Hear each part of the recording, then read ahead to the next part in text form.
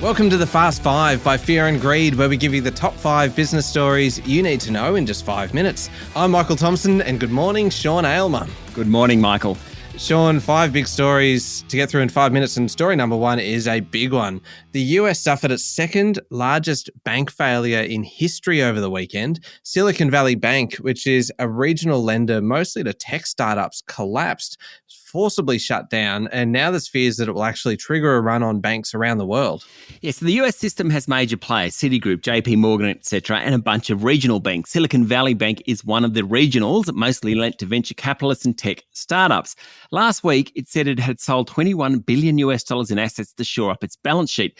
That triggered panic with queues forming outside branches as people tried to get their money out. Over the weekend, it was shut down by regulators and taken over by the federal government.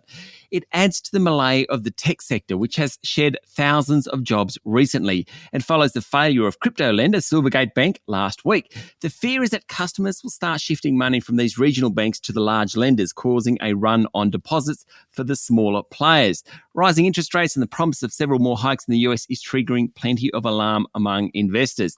Now, it could always happen in Australia, but it is unlikely. A big part of the problem for both Silicon Valley Bank and Silvergate is that they both lent primarily to very narrow segments of the market, i.e. tech startups and venture capital, and crypto businesses. Local banks are much broader than that and more reliant on relatively safe home lending practices. Yesterday, Federal Treasurer Jim Chalmers said the government is working closely with local regulators and the tech sector to understand how the collapse will impact the local sector. But other countries are really worried. British Chancellor Jeremy Hunt held emergency talks over the weekend on how to stop the collapse from hitting the UK tech sector. Some of the big Canadian banks are worried because they've bought some of these regional US banks recently. The last thing they need is a run on regional banks. Certainly, it will put the local ASX under pressure today. I'd imagine the bank stocks and the tech companies will struggle. Michael. Yeah, it's a big story indeed. On to story number 2. Prime Minister Anthony Albanese is off to the US to stand next to US President Joe Biden and UK Prime Minister Rishi Sunak and announce that Australia will buy 5 US used submarines. Yes, while we're waiting for new subs to be built, we'll take delivery of Virginia-class subs, which will definitely cost less than the $7 billion or so slated for the new vessels. Yesterday, Albanese said the government will spend whatever it takes, and AUKUS architect, former Prime Minister Scott Morrison, said the defence budget will need to lift to 2.5% of GDP, which is almost another $9 billion a year. Meanwhile, US Congressman Joe Courtney, speaking on ABC Radio, said Australia will receive high-quality nuclear submarines under the AUKUS Pact, arguing America will not be, and I quote, foisting off clunkers on good friends and allies. He said the US will need Australian workers to build new submarines and that the AUKUS deal will help Australia to develop its own skilled workforce needed to build boats. Sean, last week, story number 3, we spoke of the demise of the coal companies performance-wise relative to other ASX-listed companies since late last year. The other darling sector of 2022, lithium stocks, are also finding the going tough. The benchmark price for the battery ingredient hit a 1-year low in China late last week, and the leading producers on the ASX tumbled. Pilbara Minerals fell 7% on Friday. It's down nearly 20% since late January. That's the latest peak for lithium stocks.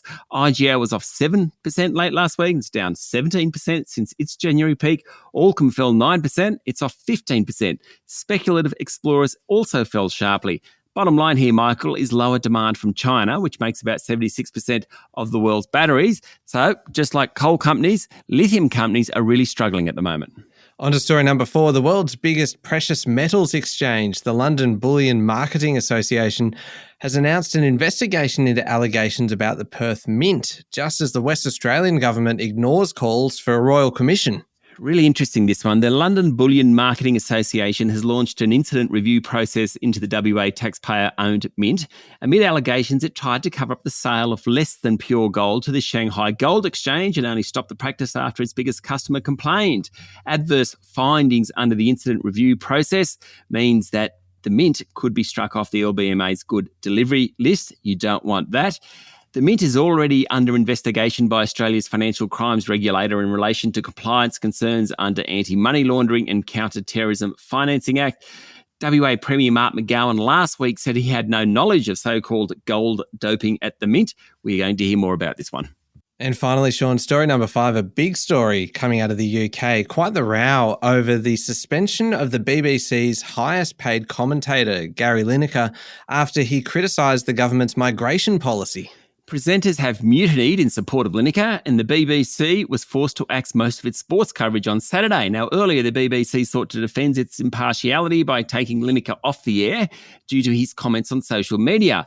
Lineker is a former England soccer captain and the anchor of the football highlights program Match of the Day. He is big news over there. Critics of Lineker's suspension say the BBC bowed to government pressure, leading to a furious debate about the impartiality of the national broadcaster. Oh, sounds very familiar.